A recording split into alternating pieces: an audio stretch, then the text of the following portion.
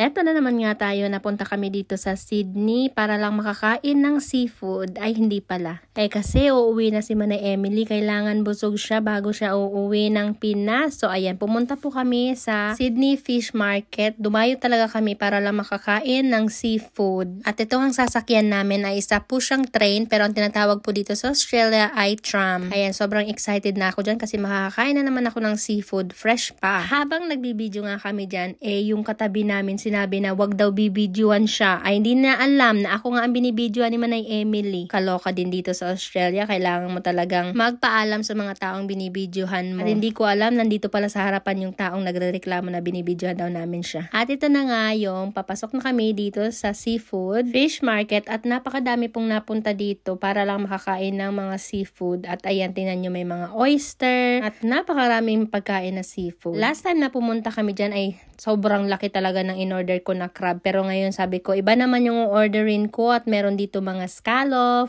mga salmon. Ayan, sobrang sasarap talaga nila. Sobrang sasarap tingnan. Pag gutom ka, gusto mo halos kainin sila lahat. At ayan na nga, naka-order na kami. Tingnan nyo naman yung in-order namin, talagang pang isang taunan na. Pero kay Manay Emily, talagang pang isang araw lang yan. Gustong-gusto niya talaga yung tiger prawns. Napakalaki naman kasi. At si Pia nga ay natuwa kasi in-orderan ko siya ng prawns. Yan ang gusto niyang palaging kainin kapag seafood ang pagkain. At nakikita niyo naman, talagang takam na takam ako dito sa prawns na to. Binarbecue po nila yan. At sa napakasarap din na scallop with salmon. Oh, sobra talagang sarap mga manay. Habang nagbo-voice over ako nito, gusto ko talagang bumalik ulit para ulit makakain ng salmon at saka yung scallop. Sobrang paborito ko talaga yan.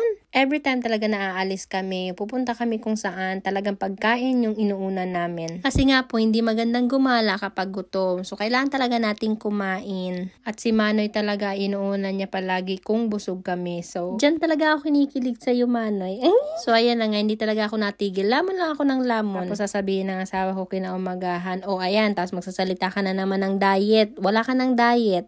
So, after nga namin kumain, pumunta kami dito sa seafood market para makita yung mga fresh na seafood. Sa mga panahon na yan, gustong-gusto kong bumili ng mga seafood kaso malayo pa ang babiyahihin namin so hindi pwede. Ang seafood pa naman kapag biniyahin mo tapos walang masyadong lamig o hindi masyadong frozen, ako, hindi na magandang kainin. At baka sumakit pa yung tiyan natin so wag na lang. Ayan, nakikita nyo may mga crab, may mga lobster at sobrang lalaki pa naman nila. Gusto ko ulit matry yung seafood boil. Hindi pa namin na try mag-asawa so maybe next time. Ayan, ang lalaki na mga salmon. Halos mura lang po yung salmon, $33 lang o $32.99. Pero ata sa Pilipinas niyan, anak ko, doble pa yata yung presyo. Gusto kong palaging binibili ay yung salmon belly. Pwede mo yung prituhin at sabawan. Lalo na pag malamig ng panahon. Ayan. At after namin kumain at tinignan yung fish market, at 20 minutes din ata po pagaling ka ng Sydney Opera House o Darling Harbour para makapunta dyan sa Sydney Fish Market. At dito para makabayad ka sa tram, kailangan mo ng Opal card o kaya naman yung Visa card mo. Kapag sasakay ka, kailangan mong i-tap on. Kapag nakalabas ka na sa tram, kailangan mong i-tap off. Para alam nila kung saan ka nanggaling at saan ka pumunta. Hindi po para pareho yung fare kapag pupunta ka kung saan-saan dito sa Sydney. At napansin namin kung ano yung pinakamalapit na station, yun pa yung napakamahal. At yung fare nga namin from Chinatown sa Sydney Fish Market ay umabot ng $2.24. At iba din yung fare ng kids. Depende rin po yun kung saan kayo pupunta. At ayan na nga, napunta kami dito sa Asian food shop. Meron silang mga mangga. Gulat ako kasi winter season may mangga. Pero dito lang talaga yan sa Asian food shop sa Sydney. At si Manay Emily nga ay tuwang-tuwa kasi makakapagdala siya ng mandarin at apple dyan sa Pilipinas pag uwi niya. At natutuwa yung mga anak niya sa pasulubong niya kasi magdadala siya netong malalaking mandarin at mga apple. Recommend ko na kapag pumunta kayo dito sa Australia,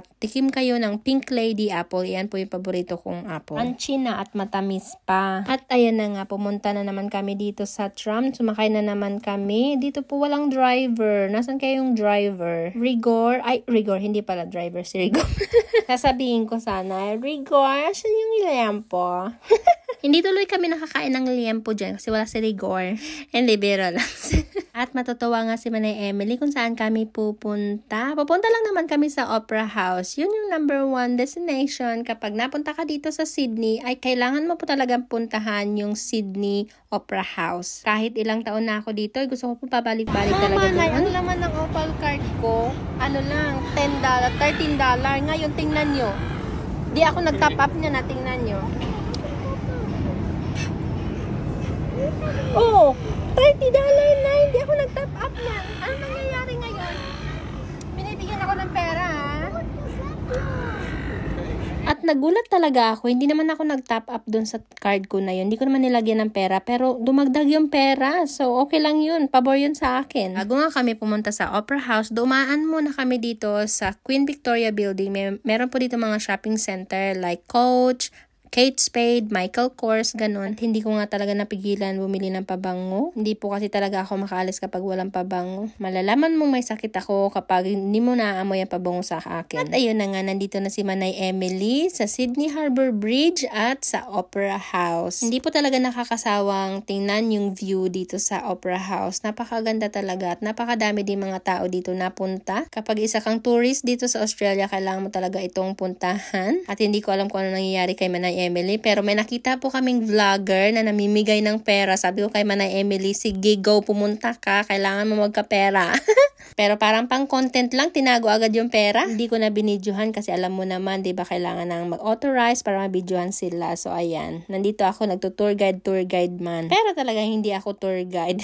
Ginabi na nga kami at tingnan mo, ang ganda ng views talaga. View. Pagkatapos nga ng Opera House, sumakay kami ng ferry para makapunta naman sa isang lugar. At hindi ko talaga napigilan mag-video dyan. Tingnan nyo ang view, oh. Napakaganda. At every June, July, mayroon po silang ginaganap dito na Vivid. Ayan naman po yung mga light shows around Sydney. Yan lagi gusto puntahan namin kasi every night ang Opera House ay nagla-light up talaga siya. Napakagandang iba't ibang kulay. At after nga nyan, dumaan kami dito sa Luna Park. Ayan naman po yung malaking face na makikita mo under the Harbour Bridge. At same din po kapag sasakay ka ng ferry, ganun din po sa tram, magtatap on and off ka, pwede mo rin gamitin yung Opal card mo at yung Visa card mo. At ayan na nga for tonight's video pala. Thank you po sa panonood. Kita-kits po next time.